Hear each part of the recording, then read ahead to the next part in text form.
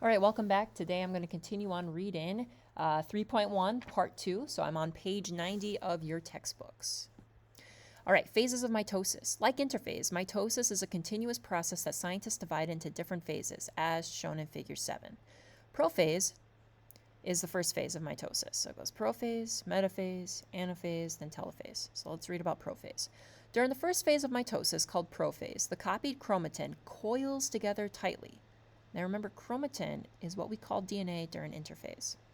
The coils form visible duplicated chromosomes.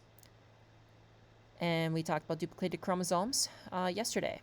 Okay, so this is a duplicated chromosome, two sister chromatids held together by a centromere. The nucleolus disappears, and the nuclear membrane breaks down. The nucleolus was where ribosomes were made. And the nuclear membrane breaks down. We can see that the nucleus is now a dashed line. Now, the duplicated chromosomes, you can see them here. How many duplicated chromosomes are there? Let's count. 1 duplicated chromosome, 2, 3, 4. Each duplicated chromosome has 2 sister chromatids. So how many sister chromatids do I have in this cell? 1, 2, 3, 4, 5, 6, 7, 8. I have 8 sister chromatids. Okay. Structures called spindle fibers form in the cytoplasm, and they are denoted here in green. So that is prophase. Our nuclear membrane breaks down.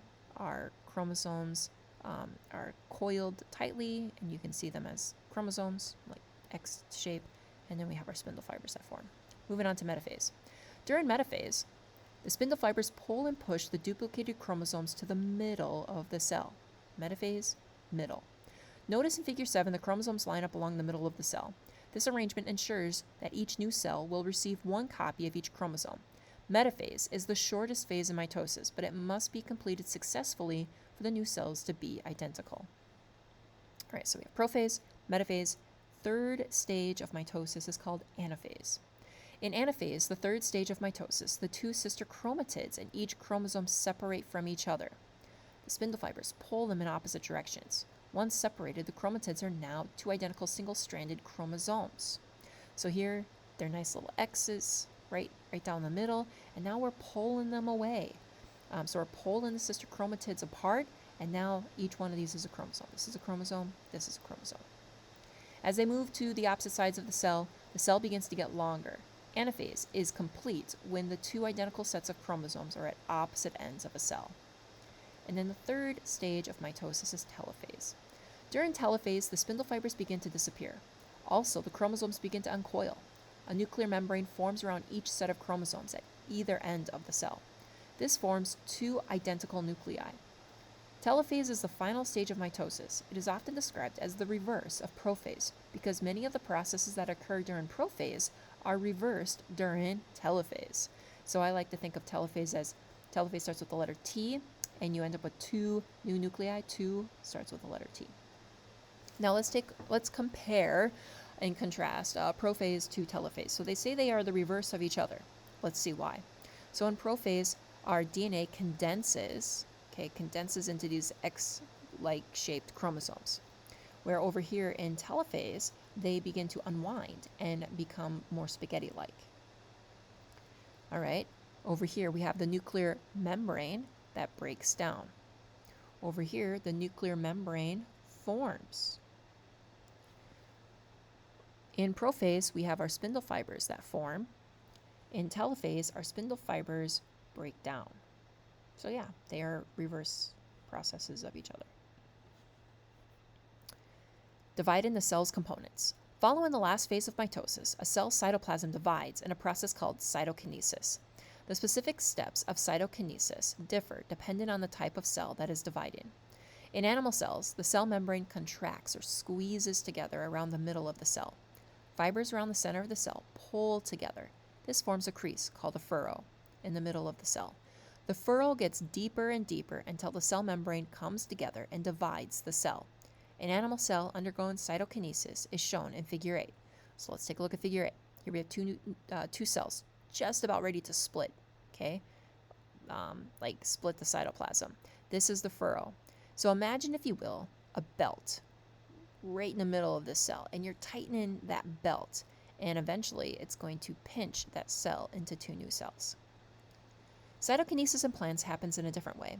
As shown in Figure 8, a new cell wall forms in the middle of a plant cell. First, organelles called vesicles join together to form a membrane-bound disc called the cell plate. Then the cell plate grows outward toward the cell wall until two new cells form.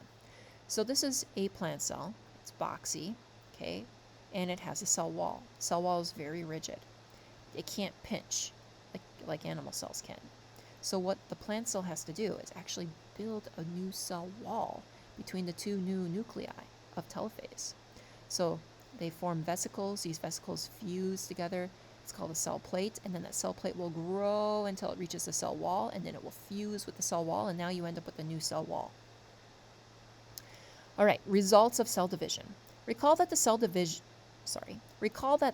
cycle results in two new cells. These daughter cells are genetically identical to each other and to the original cell that no longer exists. For example, a human cell has 46 chromosomes. When that cell divides, it will produce two new cells with 46 chromosomes each. The cell cycle is important for reproduction in some organisms, growth in multicellular organisms, replacement of worn out or damaged cells, and repair of damaged tissues. All right, if you are a unicellular organism, you are made up of one cell. And when you go through the cell cycle, that's reproduction for you because you split into two new cells and they are identical to each other. So that's reproduction. If you are a multicellular cell, you will go through the cell cycle for various reasons. Maybe to go through growth and development, or to replace worn or damaged cells, and even repair damaged tissues. So those would be the reasons a multicellular organism would go through the cell cycle. So let's go through 4 of these reasons. Reproduction. In some unicellular organisms, cell division is a form of reproduction. For example, an organism called a paramecium often reproduces by dividing into two new daughter cells, or two new paramecia. Cell division is also important in other methods of reproduction in which the offspring are identical to the parent organism. Growth. Cell division allows multicellular organisms such as humans to grow and develop from one cell, a fertilized egg. In humans, cell division begins about 24 hours after fertilization and continues rapidly during the first few years of life. It is likely that during the next few years, you will go through another period of rapid growth and development. This happens because cells divide and increase in number as you grow and develop. Replacement. Even after an organism is fully grown, cell division continues. It replaces cells that wear out or are damaged. The outermost layer of your skin is always rubbing or flaking off. A layer of cells below the skin surface is constantly dividing. This produces millions of new cells daily to replace the ones that are rubbed off. Repair. Cell division is also critical for repair and damage. When a bone breaks, cell division produces new bone cells that patch the broken pieces together. Not all damage can be repaired, however, because not all cells continue to divide. Recall that mature nerve cells stop the cell cycle and interphase. For this reason, injuries to nerve cells often cause permanent damage. All right, so that does it for 3.1 Part 2, looking at mitosis, cytokinesis, and the reasons for cell division.